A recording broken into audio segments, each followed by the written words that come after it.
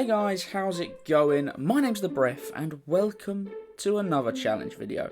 Today I'm asking the question, can you beat Pokémon Emerald using only a Growlithe? In terms of stats, Growlithe isn't particularly bad. It's got 70 base attack and special attack respectively, 60 base speed, 50 special defense, 45 defense and 55 HP. To me, that's kinda average. The problem it's got is its typing. The fire type does not do particularly well in Hoenn for 7 out of 10 obvious reasons. Well, you might be wondering whether or not Growlithe gets any good moves to offset this issue, and the answer, honestly, is, well, no. The best move that we learn is Flamethrower at level 49, and other than that, we really get nothing. I mean, even the TMs are, well, more than useless to us, in fact.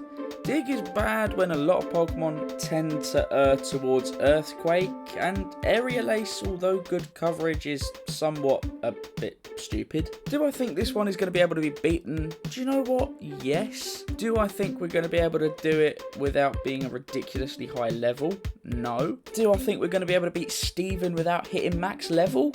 Honestly, not a chance. I don't think we could tank one Earthquake from Metagross, but the problem is, we have to get there first. But I was thinking about this one for a while before I did it, and I've come to a decision that I'm going to do something that I seldom ever do. And to find out exactly what that is, let's briefly talk about the rules. The first two are simple. Growlithe only in battle and no items are allowed in said battles, with the exception of held items. But finally, I've decided that this Growlithe, which is in fact going to be a special little Growlithe, with special meaning to me, is going to flex his muscles.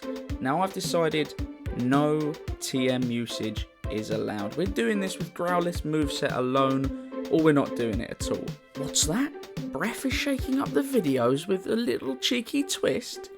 How unlike him. What is like him, however, is that when the game begins, we choose the male character, giving ourselves the witty and inventive name of Breph. Straight after that, we go and get access to our Growlithe, giving it the nickname of Shadow, after Shadow Master on Discord, who has subsequently changed his name.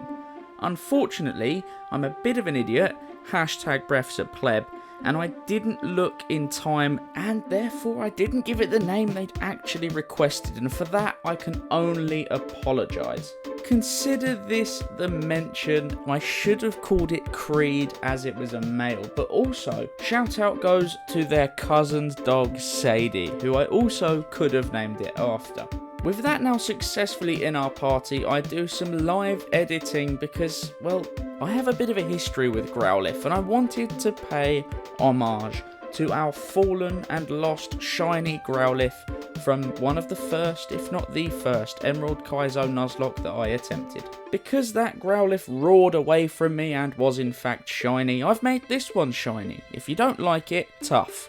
Along with the introduction of a couple of tastefully named HM slaves. By the way, massive congratulations to Zwigo for just hitting 100,000 subs, a mind-blowing goal. He definitely deserved it, and I'm never ever going to say anything nice about him again until he lets me out of the basement. After that, the game really opens up to us, and we have nothing to really mention until we reach Rustborough, where we have to try and fight Roxanne.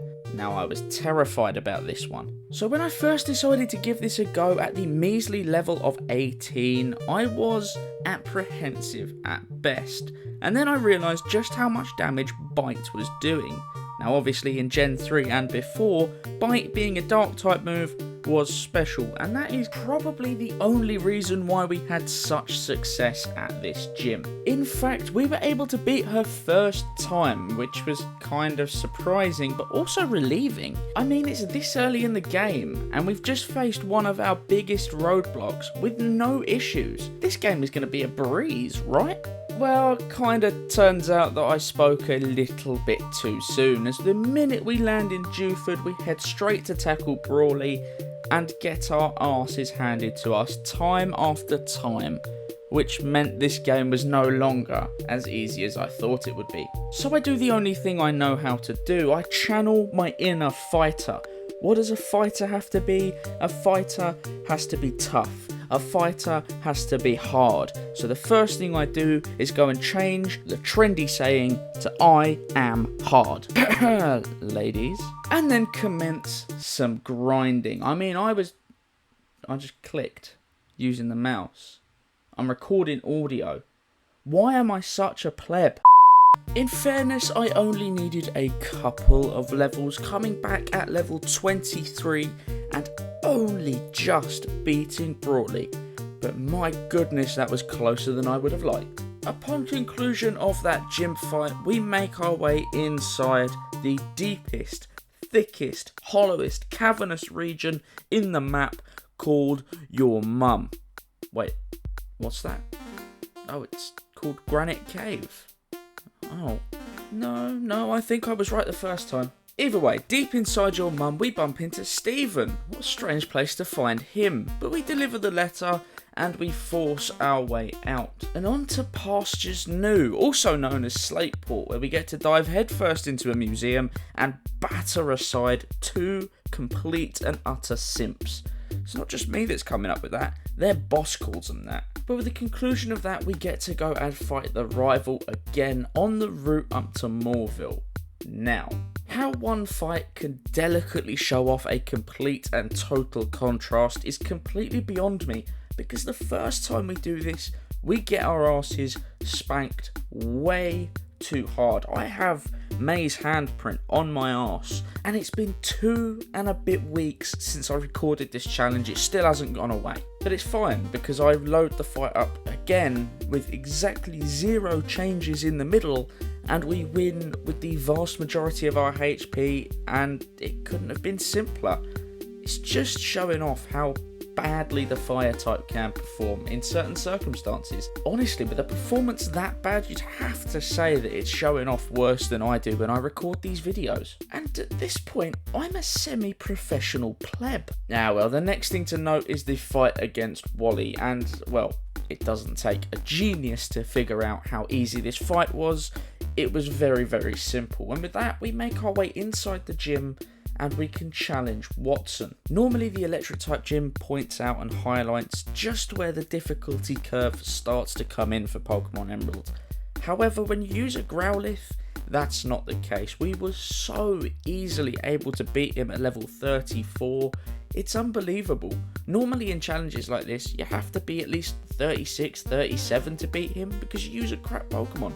And yet you use one here and you burn his entire team aside. What's going on? With my psyche left in complete and utter tatters because I got no idea why this game is being so simple, we then run all the way through to Meteor Falls to watch a single cutscene before doubling back on ourselves and making our way up the top of Mount Chimney. Here we get to fight Maxie, the leader of Team Magma. This fight had me a little bit concerned, not because the Mighty Enters intimidate, because we got special attacking moves to circumvent that, not because the Zubat, because I've got no reason to be scared of a Zubat, it's a Zubat, but the problem was the Camerupt. Not only is it part fire type, but that ground typing means it gets stab magnitude, and now we get hit by a high number, an 8 or a 9, it's almost a guaranteed one-shot. We get so lucky to only get clipped by a level 7 magnitude, and it just helps us hang on with HP in the 20s, but that was enough to beat this fight and make our way down to Flannery. This is one hot ass gym leader, and I wish I was just talking about her Pokemon. No, that's fine, I'm allowed to say that, she's 18 in these games, I did my research this time. However, that is about the total that I've got to say about this gym. I just use Bite and we decimate her entire team, including that Torkoal. Yeah, it really was that straightforward. However, the next gym badge was the complete and total opposite of the last one. Norman was a massive pain. I thought it was possible when the first attempt ended pretty much in our favour. Granted, we lost, but we had slacking on like 1 HP. However, after subsequent attempts, it turned out that that was our range. We needed a crit, and it just wasn't coming. I wasn't comfortable with it. So I did a badass move. I went and gained one whole level. Yeah, that's right. That single level, that painstaking work that I did was all that I needed. Granted, it was close. It was very close. But we beat our father Norman off, and he has to claim defeat, and it was that simple. 5 badges down, 4 to go. And unfortunately, given the way these games work, there's nothing really to speak about until after the Weather Institute with the fight against May yet again. Given our level difference, she really didn't stand much of a chance, even though she's got that type advantage with her marsh top. It was very, very straightforward. Granted, we took an awful lot of damage from one of those mud shots, but it wasn't enough to put us at risk. And then it happened, and then I reached the part of the game that made me want to tear my eyebrows out. No exaggeration, I've genuinely got a little bald spot now because, oh, Winona, yes, Winona, Winona. We went from having such an easy ride to having the most arduous and torturous journey of my life. Yes, this was even worse than that time I crossed the dreaded border into Wales. Ugh. No, but in all seriousness, that Altaria just smacks so hard with Earthquake, it's not even funny. I first started this journey off at level 49 and got my arse handed to me time and time again, so I went and did a whole bunch of grinding, defeating all of the trainers available to me at this point before Mount Pyre, and I came back at level 58. 58, and even then, I still got knocked out once before restarting the fight and finally beating her, but honestly, I didn't see that coming. I didn't see Winona being the problem. But you thought that was bad, because the next gym is a double battle. Oh, I don't want to think about Tate and Liza right now, because we've still got to talk about Mount Pyre and the dreaded Magma hideout. First step is to traverse the massive graveyard of Hoenn, and at the top, Archie gives us a brief lesson in pulling out before finishing up telling us that our dad should have done the same thing. The old lady tells us about different types of balls, red balls, blue balls, whatever, and then sends us into the heart of a volcano where we get to watch Maxie put his 4000 IQ plays among us and releases a super ancient being, because banter, innit? He decides he's going to follow up that top Bance with a nice little fight. Now honestly, despite the fact that his camera up to Earthquake took us down to like no health left, we pretty simply won this fight, even though I did use takedown and it was a little bit risky, but it was a calculated risk. Calculated by sheer plebitude, and I was really lucky that that came off. But alas, it doesn't matter, because the next stop is to head to Slateport, where we get to witness the interview go terribly, terribly wrong, and Archie steals a submarine. But that's okay, because we lean forward to Captain Stern and whisper in his ear, "I'm the captain now." Honestly, one day, that meme will stop, and everyone will cry. So, given that situation, we do the only logical thing we can think of and follow him all the way to the Lily Cove hideout, where deep in the bowels we face his admin, which was just a complete and utter piss take of a fight. It was way too straightforward. So we do the only thing that we can logically do, and that's head over to Moss Deep to take on our fears. My fears in this case being Tate and Liza, and holy hell, what a fight. Did you know I had to be level 71 to beat this fight? And did you also know that the only reason I did so on that attempt was because Solrock set up the sunny day, which made my flamethrower boosted? Did you also know that the moveset that we run for this gym is the final moveset I'm going to use? Yeah, that's how much I've screwed myself over, because I had to be level 71 to beat the Psychic gym, and the next one is made of water. Honestly, what am I doing with my life? Regardless of that, we have to continue with the story. The show must go on. And where's it going but the seafloor cavern to fight Archie? Given that I'm using a fire type, did I anticipate the water team to be less of an issue than the fire team? No, but it was a one-shot sweep. We beat him without taking a single point of damage. Wow. But hey ho, with that he releases another super ancient being. We're told by Steven not to do anything reckless, so immediately do something reckless, like head into Setopolis, down into the Cave of Origin, and then up to Sky Pillar. Rayquaza awakens, decides to head off to solve a little crisis or something, does so, and then leaves us in a vulnerable position. So I decide I'm going to go and challenge Rayquaza to a fight that ends abruptly as we crack open our Master of Balls and we claim it for our own. Honestly, the footage from that, what a tape, what a tape. So I name it Ray J in homage to, well, if you know, you know, and then immediately bin that off because that's dirty and shameful and sinful and you should be disappointed with yourself if you got that reference. But don't worry, I'm incredibly proud. So given that the next gym is the water type, I decided to go and do some leveling up. Now I thought maybe 8 levels. I went from 75 to 83, and it turned out that that was actually a little bit overkill, because we stepped into the fight against Juan and it went swimmingly, all puns intended.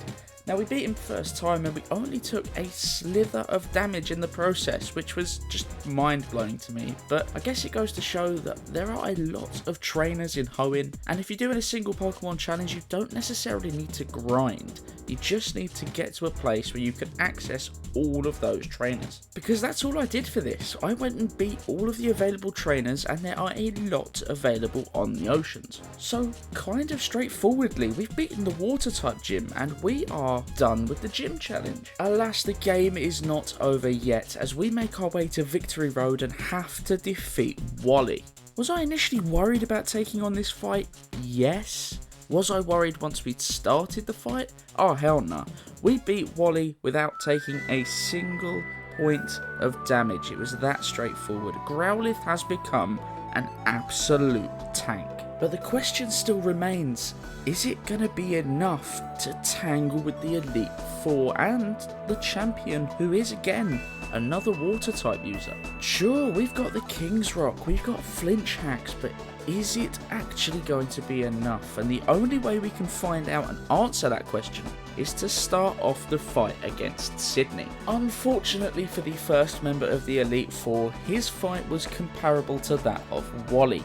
We defeat his entire team in a single shot each. We don't take a single point of damage and he doesn't even get a look in. Which leads us to the second member of the Elite Four, Phoebe, who was considerably more difficult. And by that, I mean we actually took some damage, can you believe it? But all in all, going up against a ghost type user with a dark type move like Bite, it really wasn't going to go any other way than ours. So beating her isn't so much of a surprise. But then the inevitable happened and we hit a brick wall when it came to Glacier. The issue was taking a surf from that wall rain. It just hit too hard and it completely and utterly wiped us out.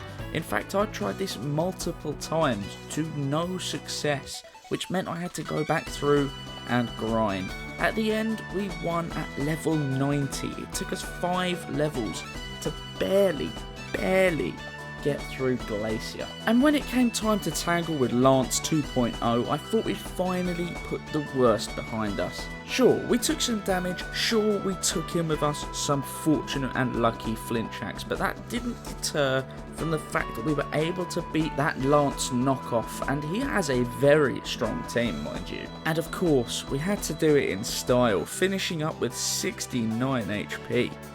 Nice. But as it turned out, the worst was not behind us, and this came out of nowhere. I knew it would be tough, I didn't realise it was going to be this tough, because at level 90, we couldn't, whatever I tried, we could not beat the champion Wallace. So we ran back through a few times. We got defeated a few times on the way, but that only helped me to gain EXP, getting back to the champion at level 97. Still, unable to win. So in the end, I bit the bullet. We kept running through and maxed out our level. Oh, and don't think it was an easy win or anything, no, because even at max level, we were left with 15 HP.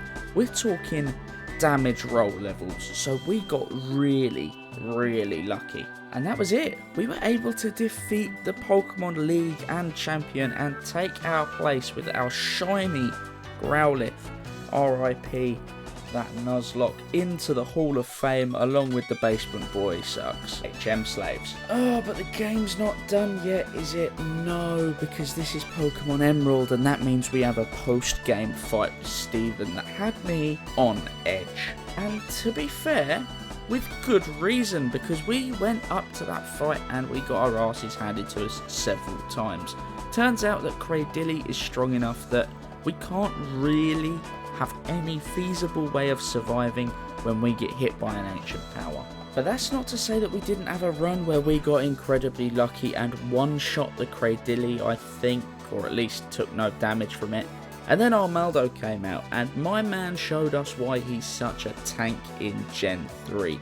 Because he dealt us enough damage to finish up on Valentino Rossi's 46 HP. Unfortunately for my man, it didn't matter, because all the full restores in the world couldn't stop the inevitable, and that was a Growlithe victory. And that completes yet another challenge video. Whew, the relief of another challenge video done. I have to apologise to everyone for this one being out so late. I said no more breaks and then downloaded something dodgy, ended up with a virus and had to redo a whole bunch of work, including everything for this video. So it is out late, but unfortunately there's not much I can do about that apart from learn my lesson. So this is a brief little tip for everyone: be careful where you download your ROMs. Anyway, at the start of this challenge I asked a simple question: can you beat Pokemon Emerald with only a Growlithe? The answer, of course, is yes, you can. And you can even do it without teaching it any TMs or HMs, which to me was the biggest shock because I thought that would make it impossible. However, it did require maxing out the level, which is a lot harder to do in Base Emerald than it is to say do in Emerald Kaizo. But nevertheless, that's a little bit of fun done. Would I recommend it? Do you know what? Yes.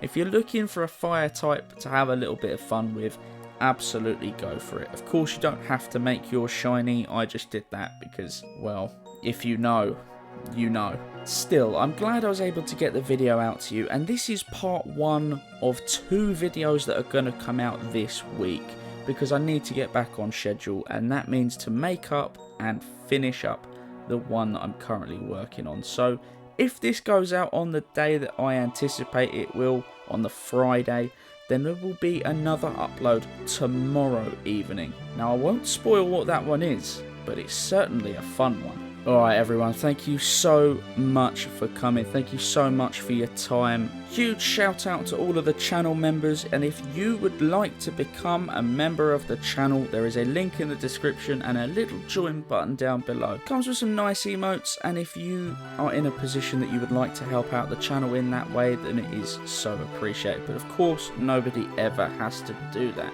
What you do have to do, and this is by decree of the BREPHISH Empire Discord server, links in the description, get yourself in there. You have to hit that like button and that subscribe button, because we are trying to hit 3,000 subs by the end of the year, and if we make it, it's a special challenge video coming out on New Year's Day.